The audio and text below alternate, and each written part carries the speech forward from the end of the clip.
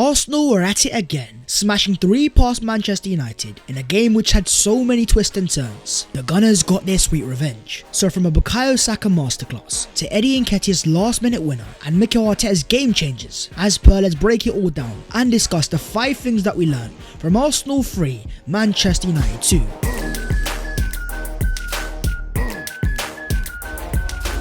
Yo, what is going on, guys? My name is Babs14. Welcome back to your boy's channel, and oh boy, it has been a sensational day at the Emirates Stadium. Everyone is smiling, everyone is buzzing. So my friends, if you enjoy the content, don't forget to smash a like and also subscribe to the channel if you are new, and help your boy on his road to 150k. We've just hit 140, so thank you so much. But let's start off with the midfield dominance. When you've got 2 top tacticians like Erik ten Hag and Mikel Arteta, the midfield is always going to be decisive. So United without Casemiro, it was time for the Arsenal midfield to feast. And as Xhaka says after the game, this team, these fans, that spirit. As Arsenal fans, we have to riot and appreciate once again the work of Granit Xhaka. So underrated, so reliable, the balance provider of the Arsenal midfield. The stats show another fantastic performance. 89% passing accuracy, 57 touches, 5 touches in the opposition box, 4 chances created, 4 times possession won, 3 passes into the box, 3 duels won, 3 tackles, 2 crosses and 1 fantastic assist. Let's remind ourselves that once upon a time this guy was a number 6,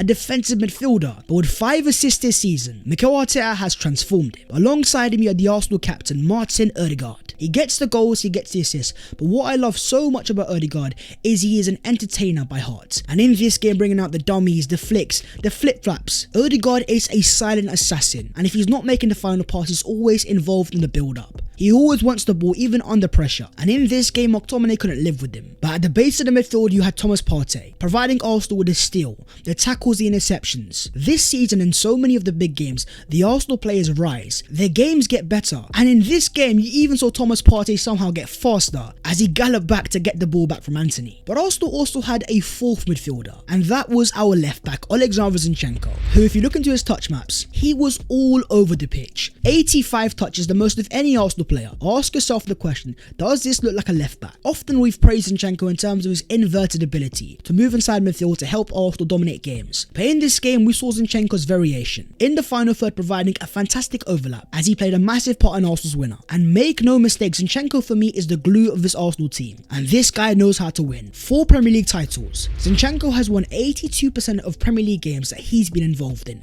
the joint most in the history of the competition. That winning experience is translating over to the Arsenal team. It's raising their games, because in Zinchenko they see someone who's been there and done it. But on top of that fantastic mentality, look at the way he celebrates the Arsenal goals. This guy is an Arsenal fan playing for the club, jumping into the home and hugging the Arsenal fans. Not only is he elite technically, not only has he got this fantastic mentality, but most importantly he wants to play for Arsenal Football Club. He's got a burning desire to win at Arsenal Football Club. To sign him for around £25 million, we have to give thanks to Pep Guardiola, because you have given us an absolute diamond. Moving on to the second thing, big game, big players. The first half Man United take the lead. It was a stunner for Marcus Rashford. There's not much Arsenal could have done, but even in that first half, Arsenal weren't being aggressive, and Arsenal were giving Man United the ball, but it's important to point out it was not in dangerous areas. A lot of the ball was given to Man United in their own half, and even after conceding, the Arsenal fans and the Arsenal players didn't panic, and within a matter of moments Arsenal had responded. Nketiah at the far post, Wan-Bissaka sleeping. Arsenal were level but not at their best, but as the first half stats show, Arsenal was still far ahead in terms of expected goals. Arsenal had a 1.1 XG to Man United 0.1, slightly more possession, 57% of the field tilts, but Man United had more final third entries. Often what we see from Arsenal is in the first half they blow teams out of the water, but in this game this was a tactical battle. United were trying to go toe to toe, but when the going got tough and questions were asked, the Arsenal players rose to the occasion.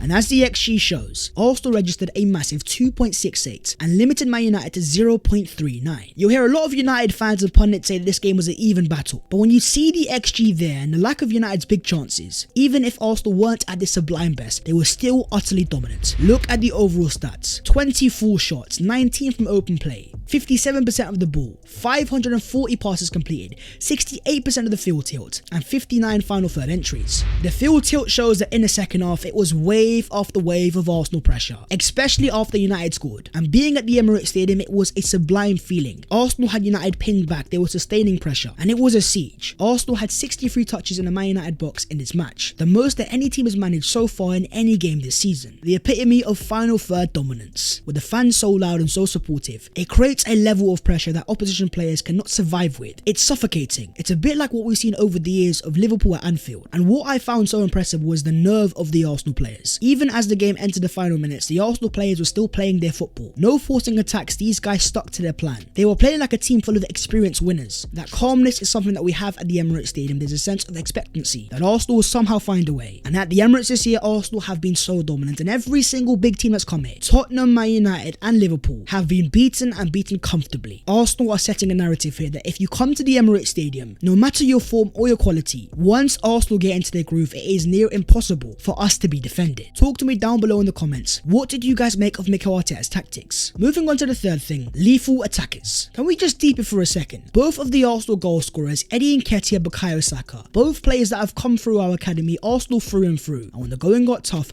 both rose to the occasion. Let's give some respect to Eddie Nketiah. The pressure of replacing Gabriel Jesus. So many Arsenal fans were doubtful, but there is a reason why Mikel Arteta trusts upon this guy so much, and Eddie is repaying it. In this game, scoring a 90th minute winner. It's a massive throwback. Back in January the 21st of 2007, a certain Arsenal 14, Thierry Henry, stepped up and scored a stoppage time winner as Arsenal came back to beat Man United. Fast forward to January 2023, and an Arsenal 14 has done it once again. And it wasn't just his goal scoring. A 90% passing accuracy, 36 touches, 9 touches in the opposition box, 6 shots, 5 duels won, 2 shots on target, 2 goals, and a 1.68 expected goals. Eddie Nketiah is inevitable. This guy is a bagsman, he's a natural goal scorer, and this stat sums it up. Nketiah has now scored 19 goals and has lost 26 starts for Arsenal in all competition, including 13 and 13 starts at the Emirates Stadium. Your defense is in trouble, especially when Nketiah is in the Emirates Stadium. And according to Roy Keane, Eddie Nketiah reminds me a bit of Ian Wright. He doesn't get many touches, but he makes them count when they're matters. Nketiah is now Arsenal's top goal scorer in all competitions. 5 goals in his last 6 games. Confidence is the key for strikers. Once the goals come in, they will start flowing. The fact that we're not even talking about Gabriel Jesus, we have to give respect to Eddie Nketiah. But talking of respect, let's talk about the star boy, the crown jewel in my opinion, the Arsenal number 7, Bukayo Saka. This guy is becoming ruthless. He rises to the big occasion, and in this game, he was at it once again. Given the official player of the match, with 70 touches, 13 in the opposition box, the most this season, 37 passes completed, 4 chances created, 5 shots, 2 on target, and a 7th Premier League goal of the season. Saka becomes the 3rd Arsenal player to score in 3 consecutive games against Manchester United, after Freddie Ljungberg and Thierry Henry. The goal he scored today was simply ruthless, cutting inside and smashing it bottom bins. It was lethal, it was unstoppable, and it gave me a throwback to a certain Iron Robin. What I love about Saka so much is he's more than just goals, and as the stats show, he was the best Arsenal player in terms of progressive carries, and also very important in terms of progressive passes. Make no mistake, up against a top left back in Luke Shaw, but there's not many left backs in the world that can cope with Bukayo Saka. You saw it at the World Cup up against Theo Fernandez, and with his confidence and strength, at 21 years of age, he's only getting warmed up. Forget about being the best young player. Right now, Saka is in a conversation with the best players in the league, full stop. And you know what I love the most about this game was his overall arrogance. This guy saw Marcus Rashford come to the Emirates Stadium on his block, drop a celebration in front of the Arsenal fans, and then it became personal, and he took it upon himself to smash one bottom bins, bring out the Rashford celebration, and remind him to show respect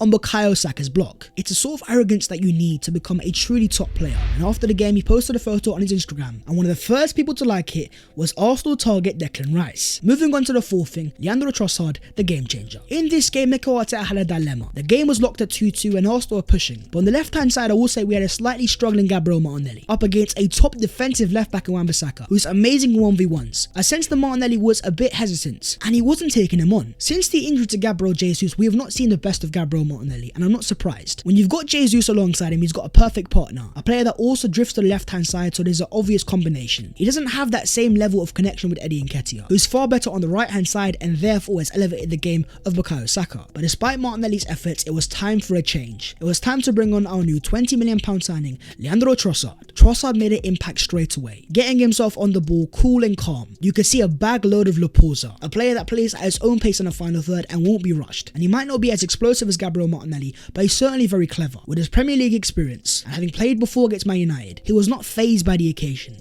and he was able to change the game, playing a massive part in the Arsenal winning goal. You compare it to the game against Newcastle where Arsenal drew 0-0, where we only had Fabio Vieira on the bench. With the arrival of Trossard, Arteta finally has a game changer off the bench. Trossard is a big game player, with a massive 52% of his entire Premier League goals coming against the Big Six. But also in terms of the subs, I think Mikel Arteta got it spot on. Ben White was struggling in the first half. It was a great decision to bring on Takehiro Tomiyasu, who gave Arsenal a better defensive option and also was able to make an impact going forwards, even getting an assist. Moving on to the fifth thing, another test passed. In this season, Arsenal have been defying the odds. A team that they said would struggle to make the Champions League is now fighting for the title. Arsenal have faced so many tests, and today was another one. Erik ten Hag's Man United in fantastic form, and they were the only team so far to beat us in the Premier League. But to limit an attack of Fernandes and Rashford to 0 big chances, and to make 2.6 of their own, Arsenal were dominant and they certainly got their revenge. And after that win, Arsenal have now moved on to 50 points, the official halfway mark, becoming the 5th team in Premier League history to do so. It has been a sensational start, even better than the Invincibles. Arsenal are now in a territory where teams go on to win a title. If Arsenal were to replicate their first half form of the season, they're on track for a 100-point season. But at the same time, this race is far from run, up against an experienced winner in Pep Guardiola and Man City. These guys are ramping up the pressure as they beat Wolves 3-0 with the Erling Haaland hat-trick, and having beaten Spurs and beaten Wolves. Need I remind you that Arsenal still have a 5-point gap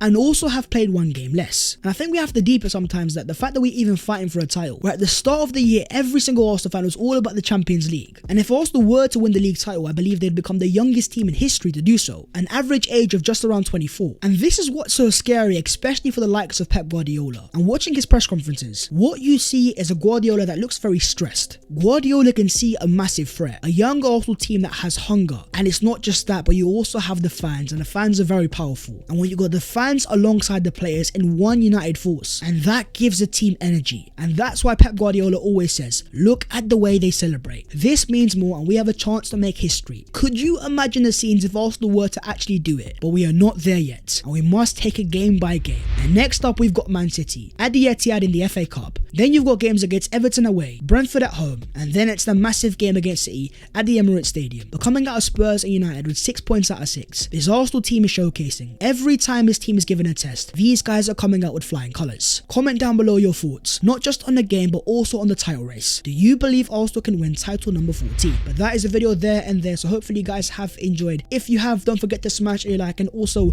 subscribe to the channel if you are new. If you want to follow your boy on all of his social medias, then the links are down below in the description. But that was the 5 things that we learned from Arsenal 3, Manchester United 2, a gargantuan victory, and buckle up my friends because we are in a title race.